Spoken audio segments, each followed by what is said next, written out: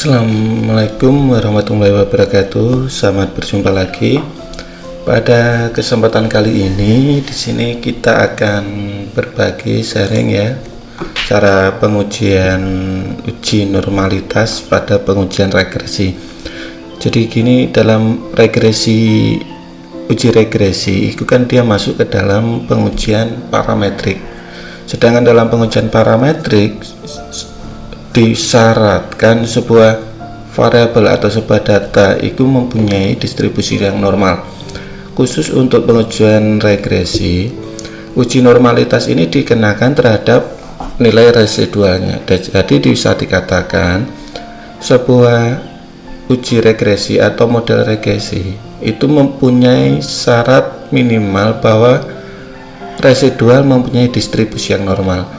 Jadi nanti kalau dilihat dari pengertian itu, maka langkah pertama pengujian normalitas dalam pengujian regresi itu kita diharapkan atau diharuskan menggenerate dulu atau menghasilkan nilai residualnya. Untuk kesempatan ini, pertama yang kita lakukan adalah menyiapkan data penelitian. Dalam contoh ini, saya menggunakan data penelitian seperti ini. Jadi ada beberapa butir penelitian dengan menggunakan beberapa variabel. Misal butir 1 sampai butir 75 untuk contoh ini. Kemudian dinilai total berdasar variabel dan indikator yang dibangun. Langkah pertama setelah ditabulasi seperti ini, kita masukkan datanya ke dalam SPSS. Kita blok dulu datanya. Kita blok, kita copy, kemudian kita masukkan ke dalam SPSS-nya seperti kita paste. Setelah seperti ini, maka kita beri nama di masing-masing variabel. Mungkin untuk mempermudah ini mungkin X1, X2 dan Y.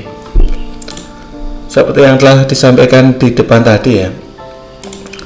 Khusus untuk pengujian normalitas pada uji regresi. Kalau untuk penelitian untuk uji lain, misal untuk uji T, uji Pearson, atau untuk uji parametrik yang lain, itu biasanya yang diuji normalitas itu kan di masing-masing data atau masing variabel. Tapi untuk khusus di uji regresi itu yang diuji normalitas itu adalah nilai dari residualnya. Jadi langkah pertama kita memperoleh nilai residual atau nilai pengganggu. Langkah pertama kita lakukan uji seperti biasa. Oh iya, saya sampaikan dulu.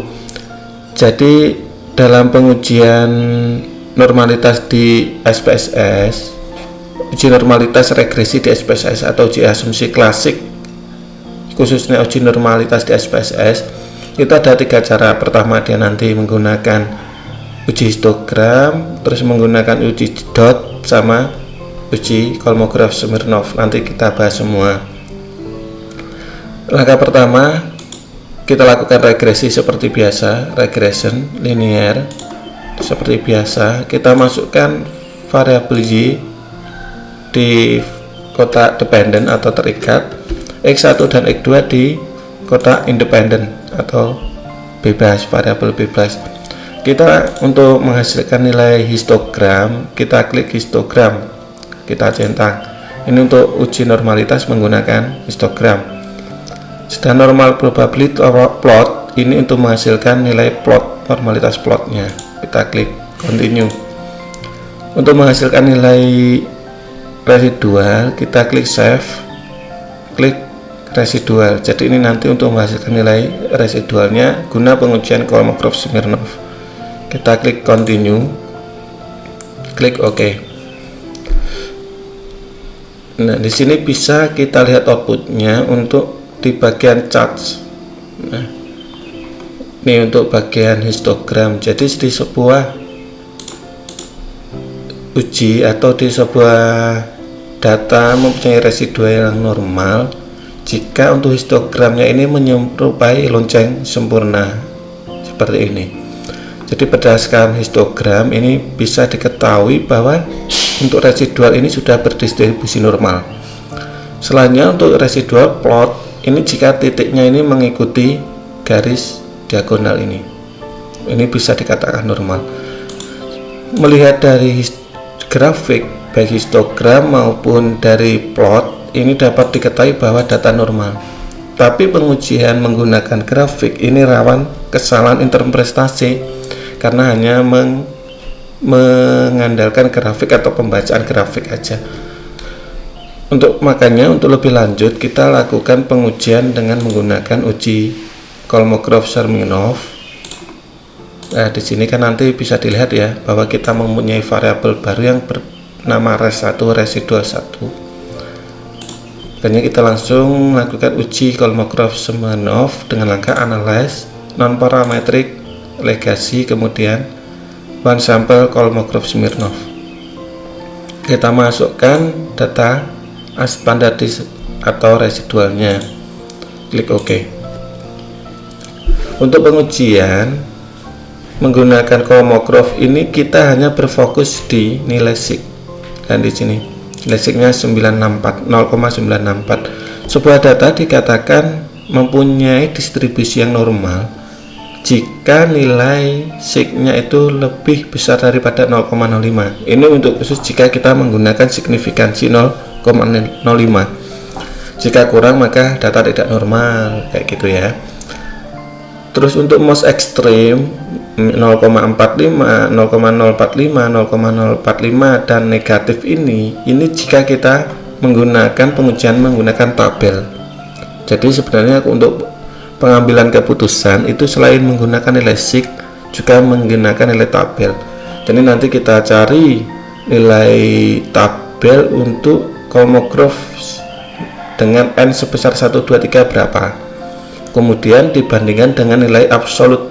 Di sini untuk nilai absolut 0,045. Jika nilai tabel lebih kecil daripada nilai absolutnya maka tidak normal. Berarti untuk absolut itu harus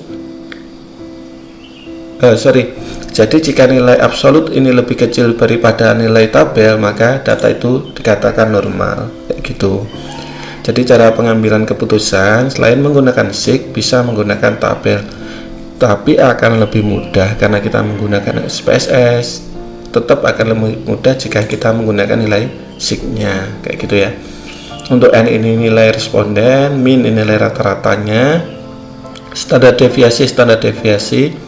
Nilai absolut ini adalah nilai hitung dari Kolmogorov-nya yang bisa dibandingkan dengan nilai totalnya. Nilai Kolmogorov-Smirnov Z nilai hitung Kolmogorov-Smirnov Z, sedangkan nilai sig ini adalah nilai hasil signifikansinya, kayak gitu. Jadi untuk pengujian asumsi klasik khususnya normalitas hanya seperti ini mungkin ya. Nanti untuk uji lain kita sampaikan di lain video. Jika ada kesulitan atau pertanyaan silakan komen di kolom komentar. Jika butuh bantuan terkait statistik atau perhitungan statistik, silakan hubungi kami di kolom komentar atau kontak WA yang kita sertakan. Akhirul kalam, terima kasih. Assalamualaikum warahmatullahi wabarakatuh.